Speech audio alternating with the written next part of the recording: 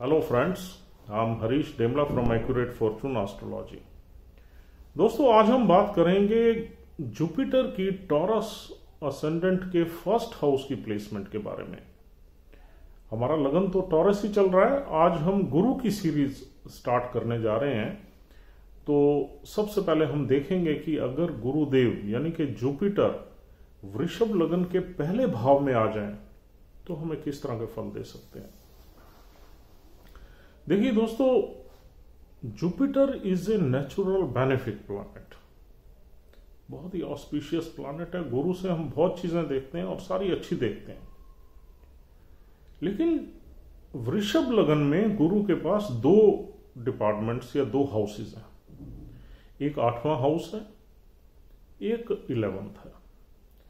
तो 8th house दुष्टाना house है और फुल ऑफ ऑब्स्टेकल्स है, सडन इवेंट्स है, डेथ एंड लाइफ का हाउस है, मिस्टीरियस है, मिस्टिक है, मिस्टिकल है, सीक्रेटिव है, ऑकल्ट से भरा हुआ है। लेकिन यहां से कुछ अच्छी चीजें भी मिलती हैं, यानी कि एंसेस्ट्रल प्रॉपर्टीज वगैरह का योग हम इसी घर से देखते हैं।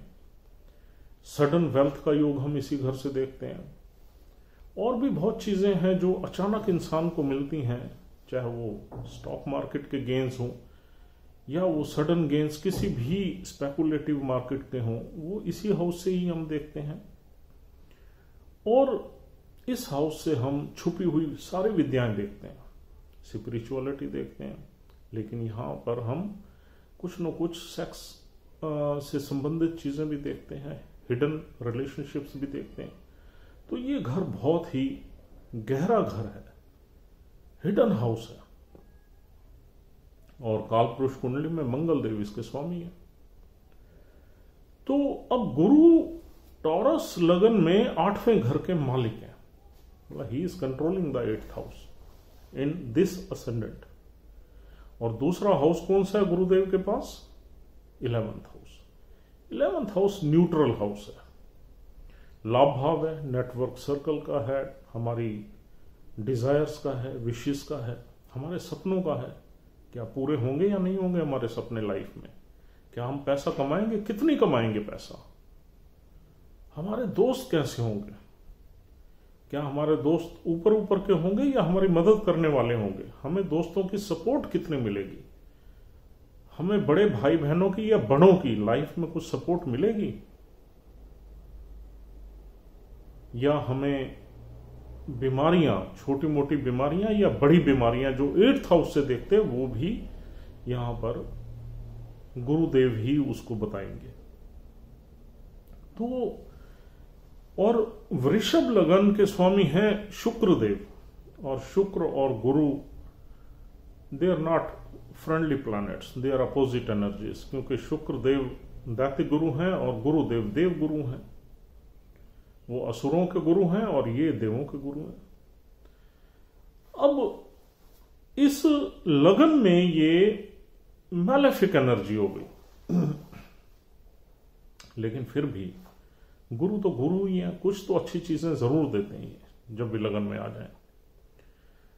अब गुरु का फायर साइन में बैठना, यानी कि 1, 5 और 9 राशि में बैठना फर्स्ट हाउस में सबसे ऑस्पिशियस माना जाता है। लेकिन ये तो 2 नंबर राशि है। देखिए दोस्तों, ये गुरुदेव यहां पर इंसान को बहुत ही मिस्टीरियस बना देंगे। एक सीक्रेटिव पर्सनालिटी होगी ये, जिसका भी आप चार्ट देख रहे हो। ये आदमी लाइफ में धन तो कमाएगा, पैसा तो कमाएगा, पैसा, क्योंकि 11वें घर का संबंध हो गया लगन से, तो इंसान पैसा कमाएगा ही लाइफ में। अब कितना कमाएगा वो हम नक्षत्रों से हमें पता लग जाएगा। लेकिन इस इंसान की लाइफ में झंझट बढ़े रहेंगे, ऑब्स्टैकल्स बढ़ी रहेंगे, सीक्रेट प्रॉब्लम्स रहेंगी, हिडन प्रॉब्लम्स रहेंगी।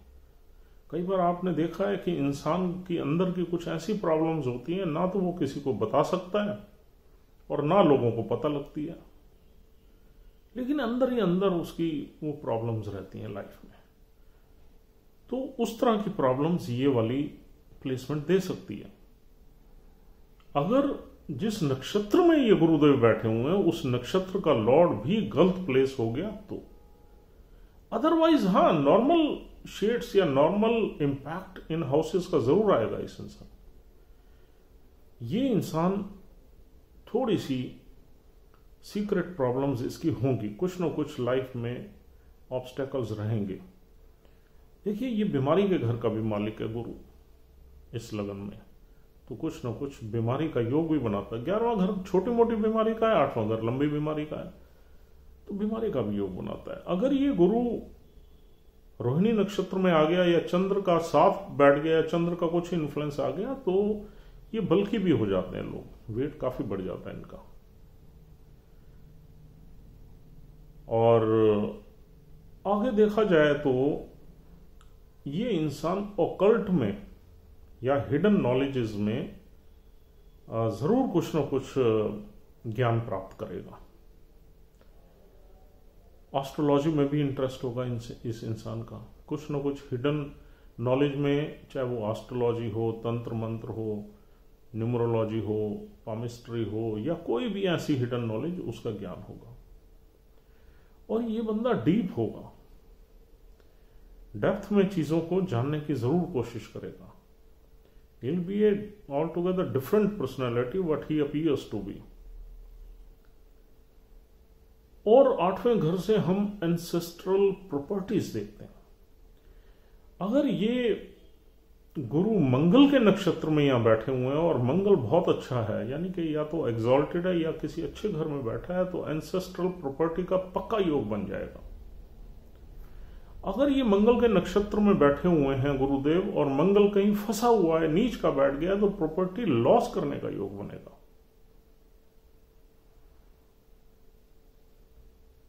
और इसमें हमें यह भी देखना पड़ेगा कि ये गुरुदेव कितने डिग्री के हैं, क्या इनका इंपैक्ट इसी लगन पे आ रहा है या 12वें घर का आ रहा है या दूसरे घर से आ रहा है। अगर ये बिगिनिंग 6 डिग्री से कम के बैठे हुए हैं तो फिर ये 12वें घर के और पहले घर के रिजल्ट्स देंगे आपको। और अगर ये हायर डिग्री में है, 24 के बाद की डिग्री में बैठे हुए हैं, तो ये फिर दूसरे और पहले घर के रिजल्ट्स देंगे। लेकिन कहीं अगर ये 12 से 18 डिग्री के बीच में बैठे हुए हैं तो he will be very powerful. और 8वें घर से और हम क्या देखते हैं, 8वें घर से हम अपना ससुराल पक्ष देखते हैं, इन लॉज। और ये अगर डिग्निटी अच्छी है और गुरुदेव अच्छे नक्षत्र में बैठे हैं और नक्षत्र का लॉर्ड वेल प्लेस्ड है तो ससुराल पक्ष से बनती होगी। और अगर जिस नक्षत्र में बैठे हुए हैं उनका लॉर्ड अगर इल प्लेस्ड है तो ससुराल पक्ष से बनेगी नहीं, कुछ ना कुछ प्रॉब्लम्स रहेंगी। और हमारे वाइफ के साथ ज्वाइंट एसेट्स का हाउस है 8th, तो सिमिलरली अगर ये अच्छे नक्षत्र में है और नक्षत्र का लॉर्ड भी वेल, देखिए नक्षत्र यहां सारे गुरु से मैचिंग नक्षत्र है, यानी कि गुरु के जो फ्रेंड्स प्लैनेट्स हैं उनके नक्षत्र हैं। सूर्य का नक्षत्र कृतिका आता है जो 10 डिग्री तक है, 10 से लेके 23.2 तक चंद्रमा का नक्षत्र है रोहिणी, फिर मंगल का नक्षत्र है उसके बाद। तो तीनों नक्षत्र के जो लॉर्ड्स हैं वो गुरु के मित्र हैं। हालांकि वीनस जो है यानी कि शुक्राचार्य गुरु के अपोजिट हैं, लेकिन नक्षत्र के लॉर्ड्स गुरु के मित्र हैं। अगर यहां पर नक्षत्र के लॉर्ड वेल प्लेस्ड हुए तो रिजल्ट्स अच्छे भी काफी मिलेंगे। तो 8th हाउस से रिलेटेड मिक्स्ड रिजल्ट्स मिलेंगे, प्रॉब्लम्स भी मिलेंगी, ऑब्स्टेकल्स भी मिलेंगे, बीमारी भी मिलेगी, वेल्थ भी मिल सकती है, सडन गेन्स भी मिल सकते हैं। और 11th हाउस से रिलेटेड अगर हम डिस्कस करें तो यहां इंसान को लाभ जरूर मिलता रहेगा। Will be earning income with this placement. और यहां पर इंसान की डिजायर्स तो पूरी हो सकती हैं अगर इसकी यानी कि नक्षत्र और नक्षत्र के लॉर्ड की प्लेसमेंट अच्छी आ गई तो इंसान की मैक्सिमम डिजायर्स पूरी हो जाएंगी, लेकिन उसको सेटिस्फेक्शन कम रहेगी। सेटिस्फेक्शन तब होती है जब यहां दोनों एनर्जीज आपस में कॉम्प्लीमेंट करती हैं, लगन की एनर्जी और फिर प्लैनेट की एनर्जी जो उसमें बैठा हुआ है। तो यहां पर सेटिस्फेक्शन में कमी कम रहेगी, लेकिन हां उसको वेल्थ से या इनकम से रिलेटेड इच्छाएं पूरी हो सकती हैं, दूसरी डिजायर्स भी पूरी हो सकती हैं अगर इसकी प्लेसमेंट अच्छी है और अच्छी डिग्निटी में है ये।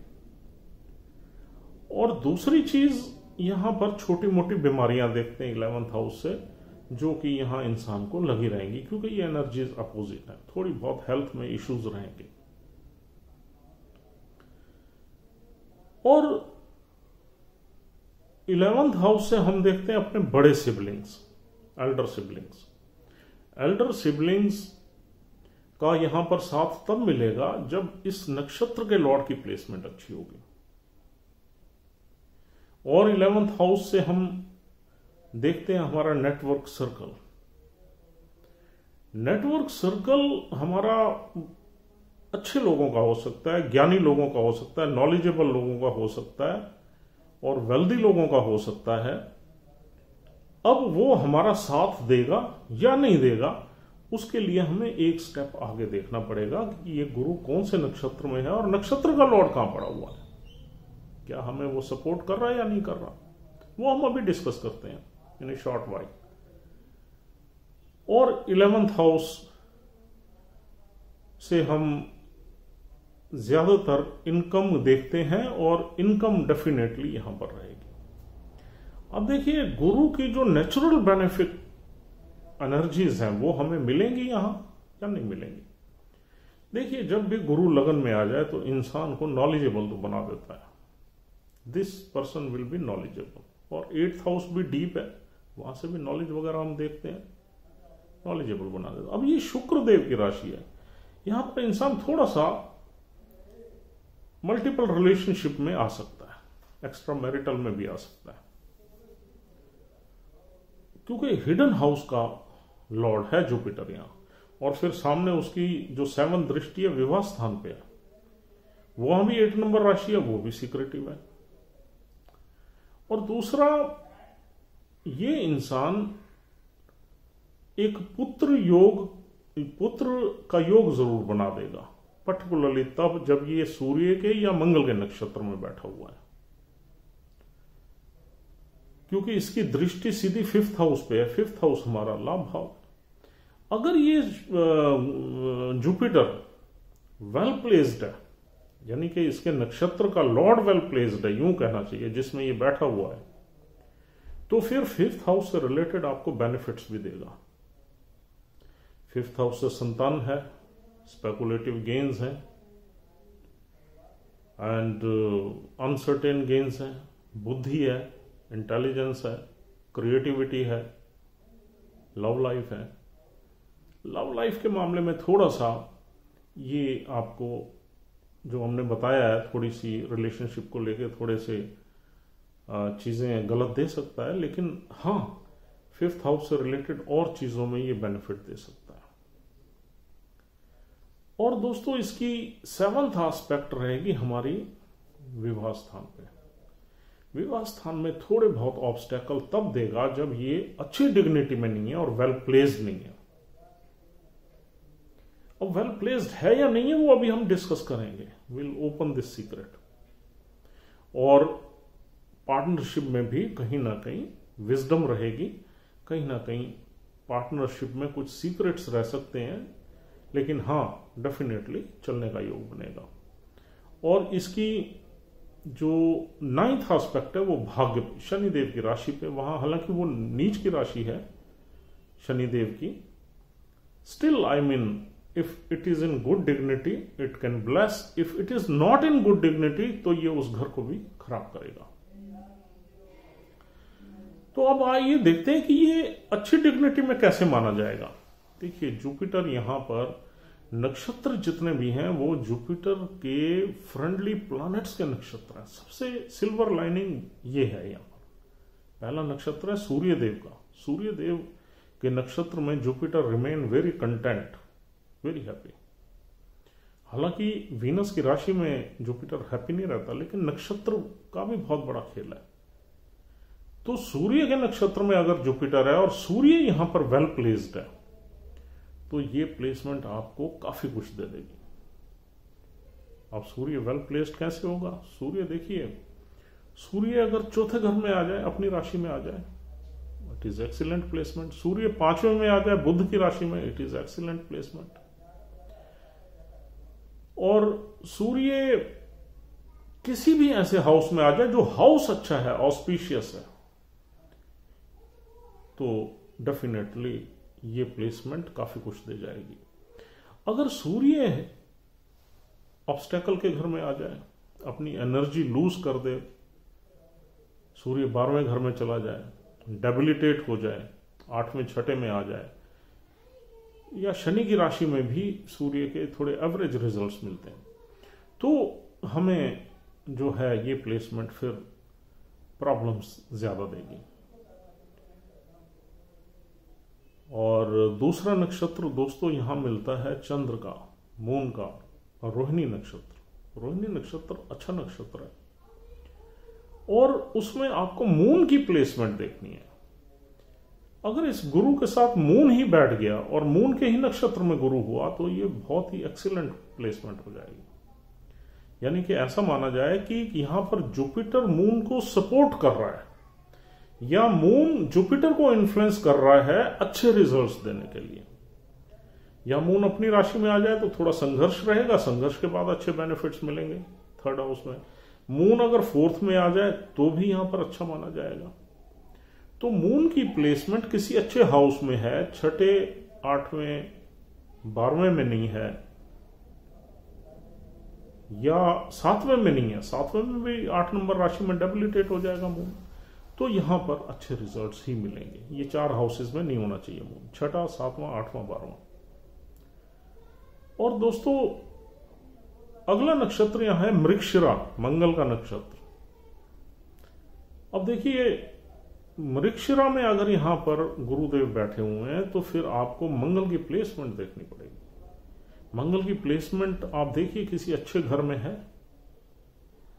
अगर अच्छे घर में, हालांकि मंगल दुष्टाना हाउसेस में भी अच्छा परफॉर्म करता है, लेकिन इस गुरु को देखने के लिए मंगल दुष्टाना हाउस में नहीं होना चाहिए।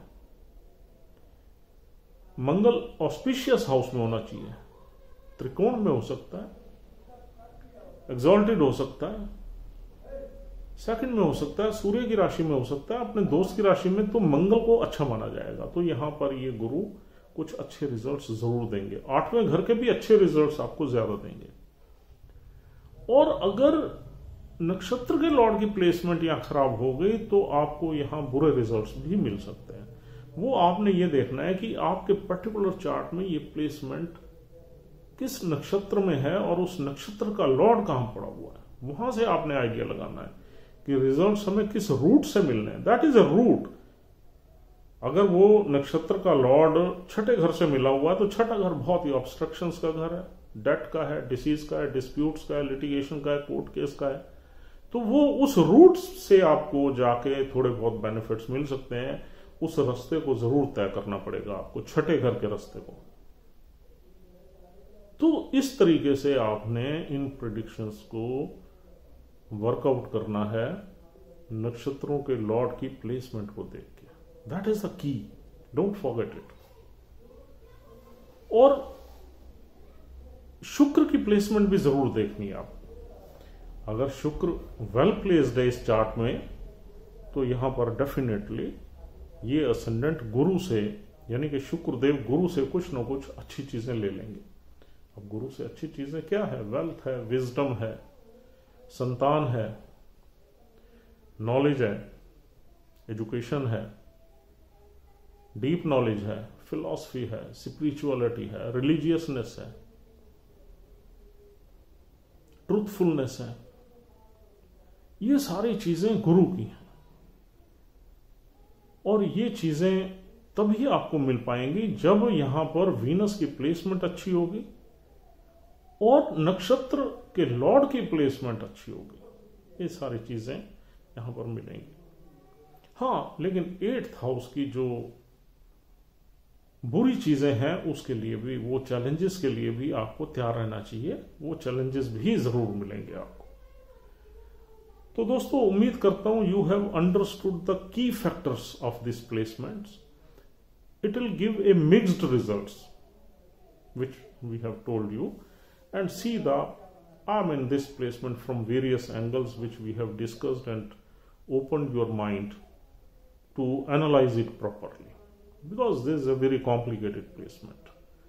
So friends, thank you very much for watching this video. उम्मीद करता हूँ ये वीडियो आपको पसंद आई है। अगर आपको ये पसंद आई है तो आप हमारा चैनल ज़रूर सब्सक्राइब करें, that is a request, so that we should upload more and more videos to enhance your knowledge level in astrology. And we assure you that you will definitely have an insight in astrology and a different angle altogether to assess your chart. And most of the times you will see that whatever we are telling you will match with you if this is the same placement with you, because we have worked for a long time on these analysis. So friends, thank you very much for watching this video. We'll see you soon. Have a nice time and goodbye.